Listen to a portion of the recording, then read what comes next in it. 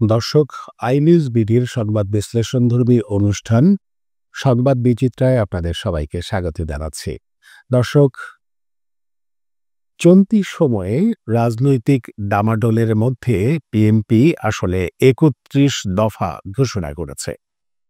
একদিকে অন্তর্বর্তীকালীন সরকার নানা সংস্কার নিয়ে ব্যস্ত সময় পার করছে।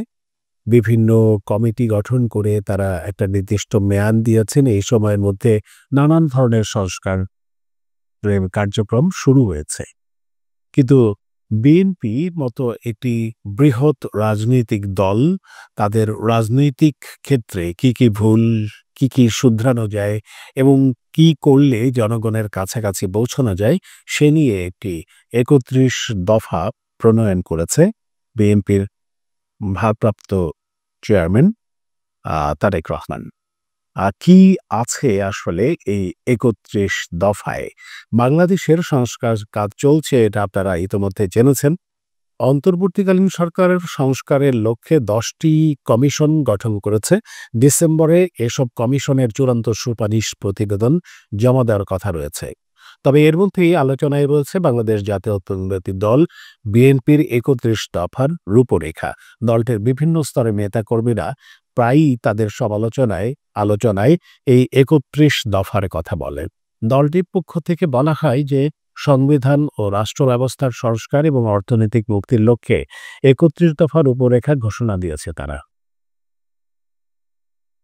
গত ১৩ জুলাই দুপুরে গুলশানে এক সংবাদ সম্মেলনে বিএনপির মহাসচিব মির্জা ফখরুল ইসলাম আলমগীর এই ঘোষণা দেন। আমরা কি জানতে পারি যে কি আছে এই ৩১ দফায়? আর এই ৩১ দফা আসলে জনগণের কাছাকাছি কতটা পৌঁছলো এবং সাধারণ মানুষ এই ৩১ দফা থেকে কি আ উপকার পাবে বা তাদের কল্যাণে এই ৩১ দফা কতটা ফলপ্রসূ অবদান রাখবে এবং বিএনপির ভবিষ্যৎ রাজনীতি কোন দিকে যাচ্ছে, এটাই জানতে পারবো আমরা যদি একটু বিশ্লেষণ করি ৩১ দফাকে।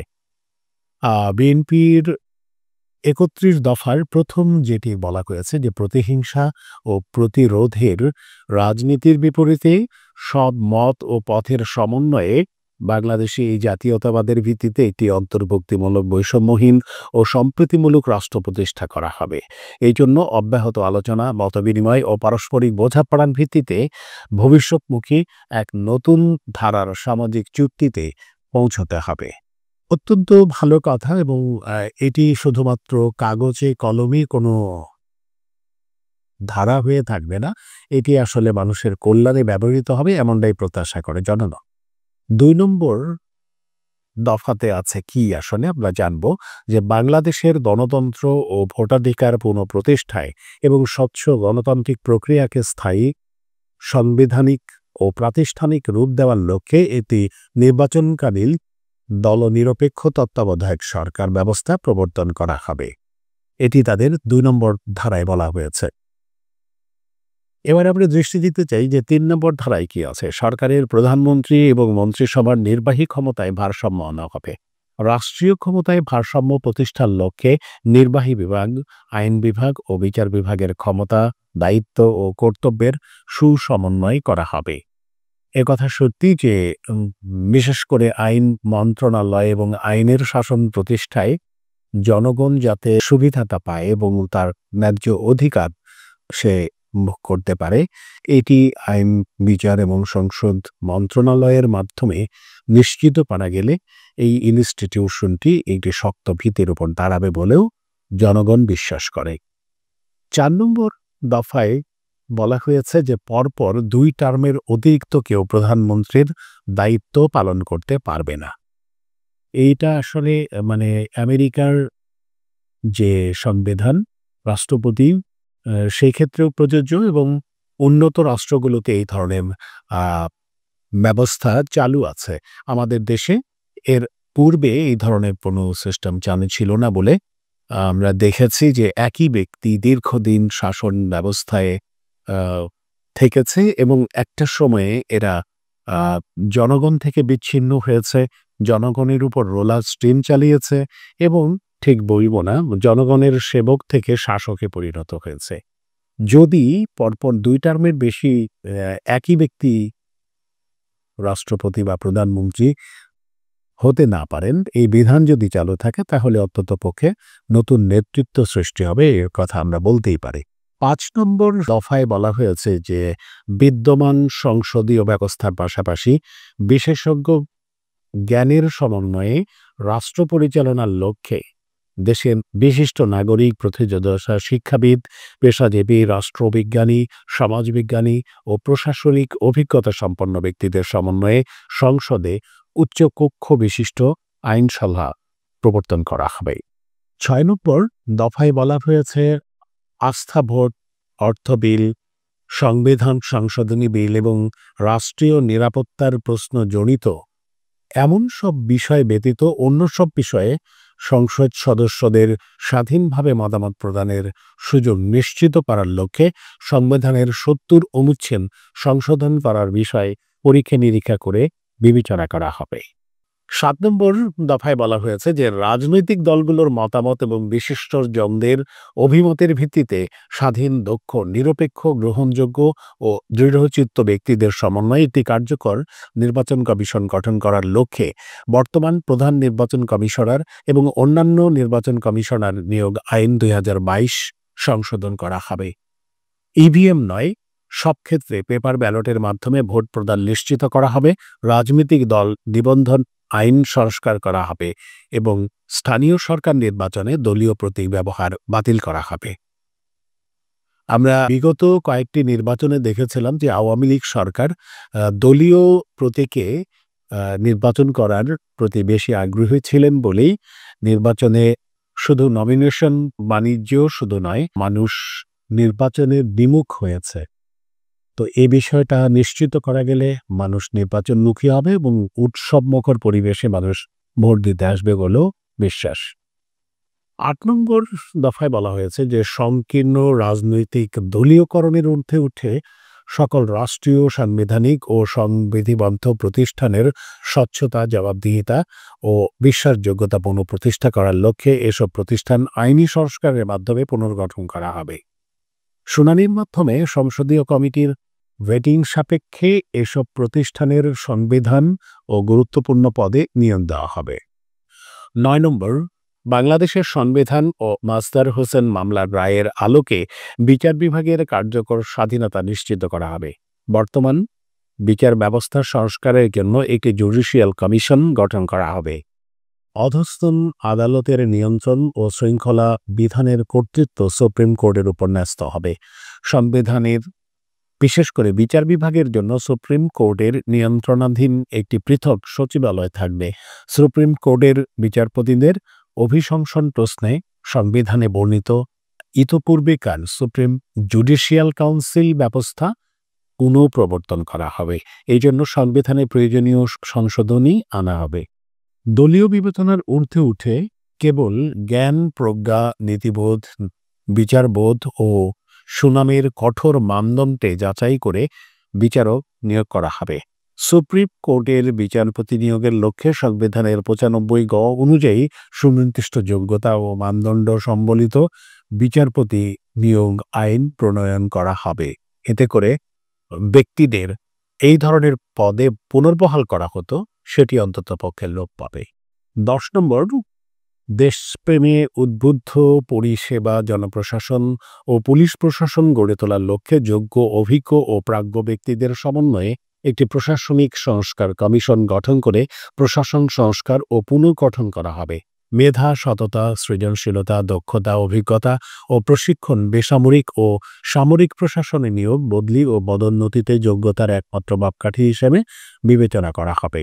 ১১ গণমাধ্যমের পূর্ণ স্বাধীনতার নিশ্চয়তা বিধান ও সার্বিক সংস্কারের লক্ষ্যে সুপ্রিম কোর্টের সাবেক বিচারপতি, মিডিয়া সংশ্লিষ্ট পেশাজীবী এবং বিজ্ঞ, অভিজ্ঞ ও গ্রহণযোগ্য মিডিয়া ব্যক্তিত্বদের সমন্বয়ে একটি মিডিয়া কমিশন গঠন করা হবে।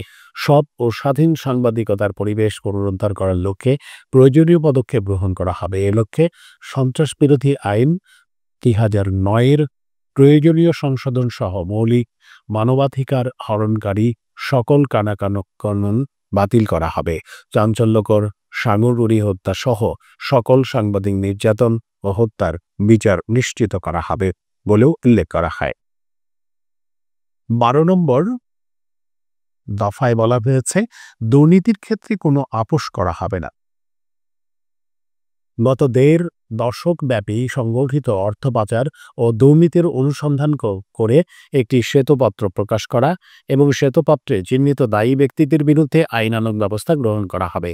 দেশের বাইরে পাচারকৃত অর্থ দেশে ফেরত আনার প্রয়োজনীয় প্রশাসনিক ও আইনানুগ ব্যবস্থা গ্রহণ করা হবে। দুর্নীতি দমন কমিশন ও দুর্নীতি দমন আইন সংস্কারের পাশাপাশি পদ্ধতিগত সংস্কারের মাধ্যমে দুদকের স্বচ্ছতা ও জবাবদিহিতা নিশ্চিত করা হবে। সংবিধান অনুযায়ী ন্যায়পাল নিয়োগ করা হবে।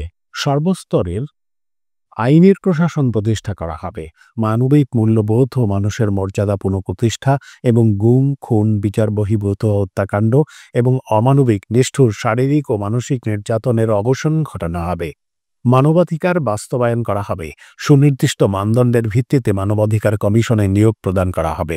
গত ১.৫ দশক যাবৎ সংগঠিত সকল বিচার বহির্ভূত হত্যা, ক্রসফায়ারের নামে নির্বিচারে হত্যা, গুম, খুন, অপহরণ, ধর্ষণ, নির্মম শারীরিক নির্যাতন ও নিষ্ঠুর ও অমানবিক অপরাধের সঙ্গে প্রত্যক্ষ ও পরোক্ষভাবে জড়িত সকল ব্যক্তিকে প্রচলিত আইন অনুযায়ী সুবিচার নিশ্চিত করা হবে। ১৪ নম্বর ধারায় বলা হয়েছে যে অর্থনৈতিক ন্যায় বিচার নিশ্চিত করার লক্ষ্যে বিশেষজ্ঞ অর্থনীতিবিদ ও গবেষক, অভিজ্ঞ ব্যাংকার, কর্পোরেট নেতা, প্রশাসনিক অভিজ্ঞতা সম্পন্ন ব্যক্তির সমন্বয়ে একটি অর্থনৈতিক সংস্কার কমিশন গঠন করা হবে।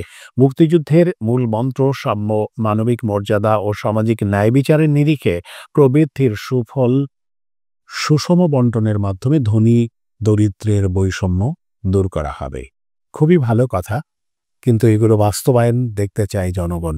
উপরোক্ত সংবিধান সংস্কার কমিশন, প্রশাসনিক সংস্কার commission, judicial commission, media commission এবং অর্থনৈতিক সংস্কার কমিশনগুলো সুনির্দিষ্ট সময়ের মধ্যে স্ব প্রতিবেদন দাখিল করবে যেন সংশ্লিষ্ট সুপারিশসমূহ দ্রুত বাস্তবায়ন করা সম্ভব হয়। ১৫ ধারায় বলা হয়েছে ধর্ম যার যার, রাষ্ট্র সবার। এই মূল নীতির ভিত্তিতে প্রত্যেক ধর্মাবলম্বী নিজ নিজ ধর্ম পালনের পূর্ণ অধিকার ভোগ করবেন। দলমত ও জাতি ধর্ম বর্ণ নির্বিশেষে পাহাড়ি ও সমতলের ক্ষুদ্র বৃহৎ সকল জাতিগোষ্ঠী সংবিধান প্রদত্ত সামাজিক, রাজনৈতিক, সাংস্কৃতিক, অর্থনৈতিক ও ধর্মকর্মের অধিকার, নাগরিক অধিকার এবং জীবন, সম্ভ্রম ও সম্পদের পূর্ণ নিরাপত্তা বিধান করা হবে। ধর্মীয় এবং জাতিগত সংখ্যালঘুদের ঘরবাড়ি, ব্যবসা প্রতিষ্ঠান, উপাসনালয় ভাঙচুর এবং তাদের সম্পত্তি দখলের জন্য দায়ীদের বিরুদ্ধে ব্যবস্থা গ্রহণ করা হবে। মুদ্রাস্ফীতির আলোকে শ্রমিকদের ন্যায্য মজুরি নিশ্চিত করা হবে।